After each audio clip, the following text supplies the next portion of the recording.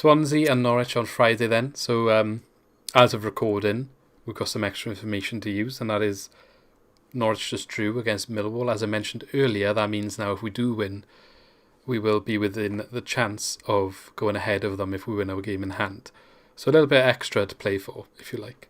The last 5 matches for both teams then, so you can maybe judge what you're going to say on this then, boys, is both teams have 3 wins and 2 draws in their last 5 matches. And I'm not including Norwich's result tonight in this, because this is from what I did earlier.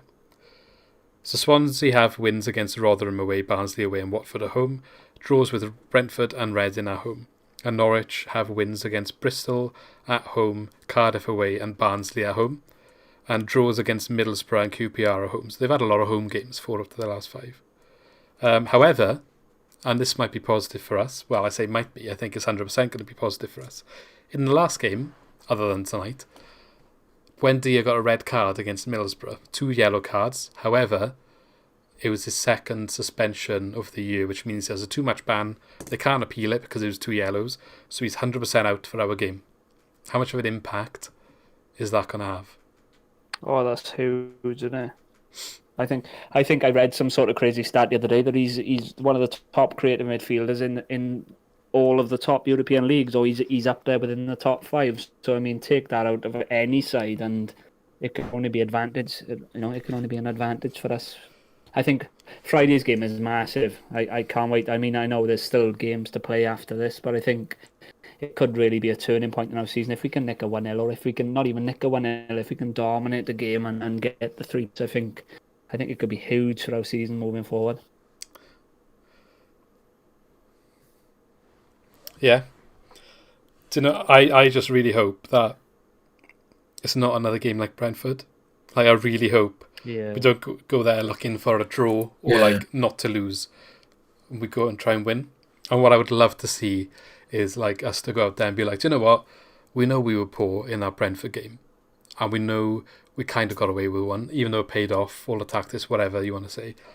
But we're going to go out there and show everyone that we can go and play with the best teams and get a result. I would love to see them just go out there and shuttle the Brentford fans up to say that we're awful and we're in a false position, with all these Brentford Tactic FC on Twitter being like, the XG charts show Swansea are awful, they're never going to keep up the same defensive record for the second half of the season, whatever they like to say with their stats, whatever. The facts are we have done it. I'd like to see us continue it, but also push on and say, look, we're going to take the game to Norwich and we're going to beat them because they haven't got their most creative outlet. We're not concerned about conceding as a result of that. And let's be honest, we should have beaten them up there. If Jamal Lowe was the Jamal Lowe of 3 weeks later, we would have beaten them 2-1 because he had 2 sitters that he missed in that game. Yeah. No, I think you're right, but I think I might be me getting too excited. But you're saying about Swan shouldn't be there, like Brentford fans saying. I actually think that we're the only consistent side in that top 6. Because Reading started well and fell away. Bournemouth were sort of up there, now they're falling away. Norwich have had a bit of a dip in form now, and Brentford started slow and now they're coming. We've consistently been in that mix, 2nd, 3rd, 4th, sort of in that area all the way through the season. Yeah. I think you're right. I think this is the game. If we can win this game, that's a big statement if we can win this game at home. And then it's sort of in our hands then, going into the last sort of back end of the season. And I think, to be fair, all the teams that we played in the top 6, Reading, we dominated at home. We should have won. We drew. Drew with Bournemouth at home. I know we drew with Brentford. We drew with Brentford away. We should have beaten Norwich away. I think we're in there on merit, and I think this is a massive game, I think we're definitely there on merit. That's why I made a point of saying these Brentford channels that are pulling up the stats and all this, that, the other, saying how, look, the stats for them show they're attacking under the... We all said they were the most... they were favourites to go up after last season.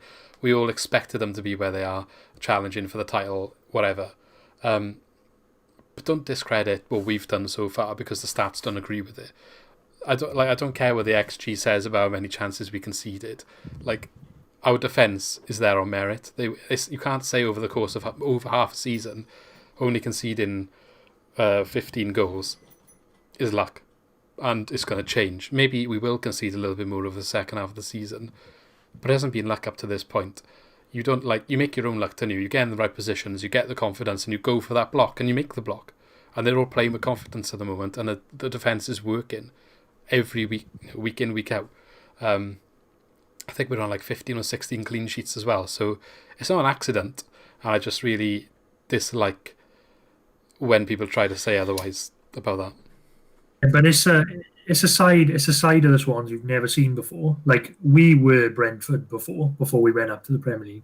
We played the lovely football, and we didn't always get the results that we deserved all the time. Now this is just a different sort of side of us. You've got the steel, you've got the defence. Yeah, we are just dragging results out of games that we would normally lose. So they've done well this season. As I said, they've been consistent all the way through, and they deserve to be where they are.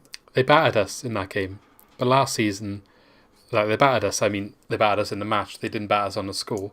Last season, they would have probably scored about 3 goals, 4 goals. I reckon, on that night. Yeah. But this season, that's not the case. Going a little bit more into Norwich then and their form. Already said Wendy is not going to be available. Hugh Gill is also not available.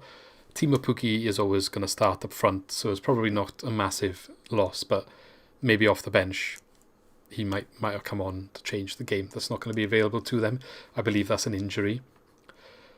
They also lost to Barnsley in the FA Cup. Now, they did put out a mixed team, but there were several players there that started that in their first team. So, it's not like... It's probably the period of the season where they've maybe looked at their weakest for a while. I think maybe they had a little bit of a slow start, but they've been up there or thereabouts ever since. Now is maybe a time where they're looking a little bit more vulnerable. And I did drop into a watch-along for their match earlier before we started recording this. And the fans were saying about today's game that they looked a bit boring. They weren't happy with how they're playing. It didn't look good. The result then, they ended 0-0. So I guess it reflected that in the end. So it looks like it's a good time for us to play, and that's why I really think we should take the game to them. They tend to be in tight games, the same as us. So there was a bit of a meme saying we couldn't score more than 2 in a league match, which we did break the other day. But we've scored 33 and conceded 15. They've scored 35, conceded 21. It's quite similar on the goals scored, considering people like to say we don't score that many. We're 2 off the league leaders, but our defence is obviously a lot better. So I think it's quite an evenly matched game. And again, I know we're going back to it, but I think that Buendia is going to be the key difference in our favour. Have you got anything you'd like to add then, John? Did Buendia play tonight for them, Because, I mean, 0-0, and like you said, their supporters screaming that their play was boring. To me, that says that they're missing their main creative player, which is obviously Buendia in their case, isn't it? So, I mean... No, he didn't play tonight. He's suspended for today and the next game. 2 matches. There we are. So there we are. The proof is in the pudding, isn't it? So, like you said, we've seen that crazy stat where he's the most sort of creative midfielder or one of the most in the top 5 European leagues, or the top 6 or whatever. And they go and draw 0-0 tonight. So hopefully they're still struggling to find that firepower on Friday now, and we can sort of hopefully we can make the most of it. Yeah, definitely. I think I know we keep talking about him, but I genuinely think he is.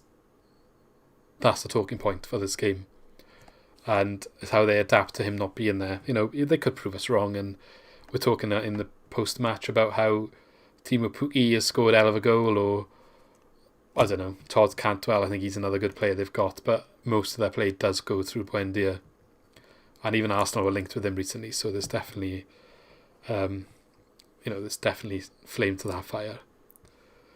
So yeah, anything else you'd like to add then, Leon, on Norwich? No, I'm trying to think. Not much else really. I think, like I said, it's their game, isn't it? It's definitely the perfect time to play them, as they the pressure's on them, isn't it? Yeah, definitely. Like they're top of the league now. They've got to win that game, really, haven't they? I guess a draw is not a bad result for them because it keeps them top. Yeah. A draw might put them at risk of Brentford, but keeps them in the automatic, like keeps us from having that potential of overtaking them. So probably for them, a draw is better than for us, especially with us being home. Okay then, so The other thing I've got is just Max Aarons as well, another one to watch. He's definitely like very similar to Connor Roberts, gets forward well, and he's a very good, highly rated English youngster. So he's another one I think is one to watch. But having said that, then what do we think about the team? I've gone for no changes, except potentially Dander coming out for Fulton. That's the only one I think might happen. But he might keep Dander in, because I think, did Dander start the other leg of this? I'm not sure, but this is the sort of game where two teams play decent football, so you might keep Dander in to try and play through them. But I'm not sure. It's a big game, and for big games he tends to play as midfield 3, so I'm leaning more towards Fulton will start. Lee, what do you reckon about the team? Yeah, I think it's spot on. I think it's going to be same as, but with Fulton coming in, like you said, Buendia's out, so they've got to come down here and create something against the best defence in the league. Yeah. So I think he's just going to put Fulton.